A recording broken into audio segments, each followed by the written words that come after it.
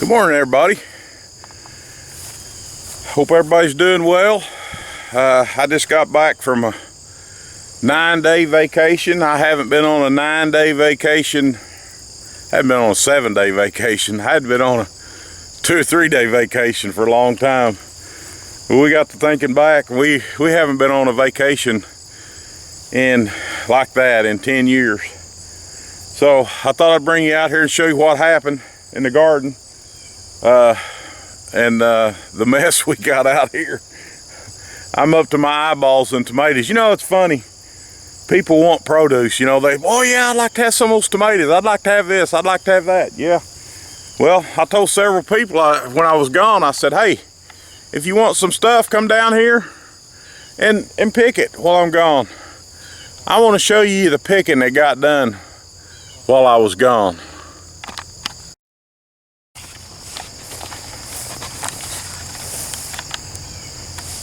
Here's our San Marzano tomatoes. I want you to look in there. Those are fixing to be barbecue sauce. Here is our old German tomatoes. Folks, it's August the 17th today. And I have never had tomatoes like this on August the 17th.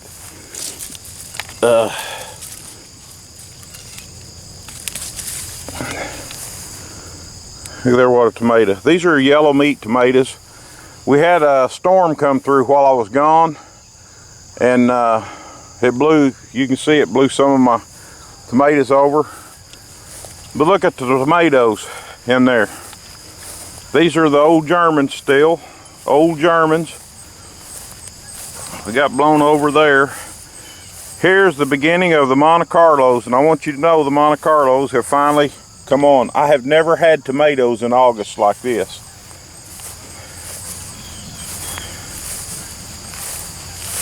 Of course, nobody came and picked while I was gone. But I bet if I picked them today, I bet and called them and said, hey, I got some tomatoes over here. Yeah, can you drop those by? Yeah, right. There's some that rotted on the vine, unfortunately. It's actually starting to rain. These are going to be salsa today. I just heard some thunder, I can't believe it. But I think the tomato crop I'm accrediting to this stuff right here, this mat that I put down, and that drip tape underneath has really given us a tomato crop.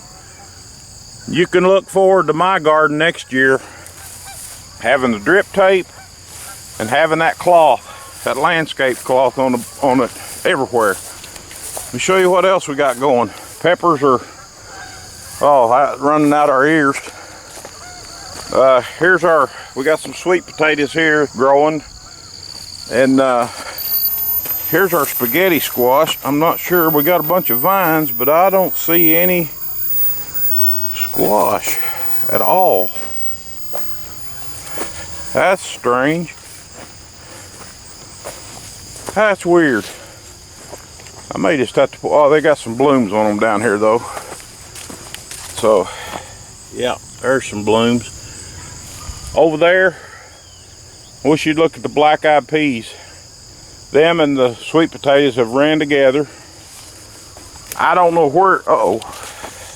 I don't like the looks of that. Deer track. Probably jumped the fence. I don't know where this guy came from.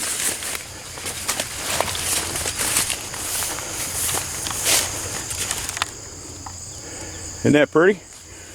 Volunteer. Look at the black-eyed peas. I've got a pea sheller I've got to go pick up tomorrow. I just found one close to here. I bought one, and it cost me 300 bucks, $299, and I never got it. It says it was delivered to my house. Yeah, right. I don't know who got my 300 bucks, but somebody did. But anyway, that's the way it goes sometimes. You can fight and fuss all you want. Here is the purple hulls that we planted before we left. That's a pretty good stand of those. The okra, we won't even talk about that. It's a mess. I gotta cut that off so we can get that growing again. Another row of sweet potatoes. We got these stupid weeds coming up. I did notice finally down here that the green beans are starting to bloom. Finally. Oh, we're getting green beans. I don't know what I'll be doing next week. That's the first green beans we've had all year. As you can see on the other side of those green beans, those sweet potatoes are going nuts. Green beans are spotty. I'm going to put in the beets over here just as soon as they get up big enough. But I don't know what the deal is. I don't know where I got a crop of morning glories from, but I sure got a crop of them. But anyway, that kind of gives you an idea of what's going on. I've got to get to picking and get some tomatoes picked and processed, or they're all going to go bad, and I don't want that. So I'd give you a garden update. And if you remember, when I left, I had planted these beets, and I ran off and left them in there in the dark and didn't put them in here on the grow table. And you can see what happens to them. They get all spindly and leggy. They're looking for light, because light is life. It's kind of a spiritual thing as well, you know. Jesus is the light of the world, and light is life. And people, you know, the Bible says that men love darkness rather than the light. They won't come to Jesus, and they won't come to the light. Well, it's the same thing with the plants. The plants are looking for light, because in that light there is life. And so this morning I brought them in here. I had them sitting in another room, and this is what happened to them while I was gone. I was gone for about 7 days, and I just totally forgot to put them under the lights in here. So what we're going to do is I've got 2 grow lights here. Actually, they're just LED lights that I bought over to Harbor Freight. They're 5,000 lumens, and they'll work. And that's what I did. That's what I started my seeds with back in the spring. But I wanted to show you this to give you a heads up what we're going to do. I think we can save them. You want them growing roots and not getting stringy like this. So I'm going to add another light in the middle here, and we're going to turn these other lights on. This other one here, and hopefully they'll settle down. And I've got those lights right down there on top of them, you can see.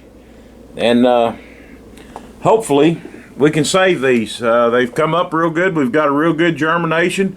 These are the solo beets that we had, that we planted, and I think they'll be okay, but gonna have to baby them along. But that's just a little something to give you a reminder that if you don't put these lights on them and put them down there on top of them, they're gonna get stringy like this and spindly. And I've got a couple of them that's already fallen over.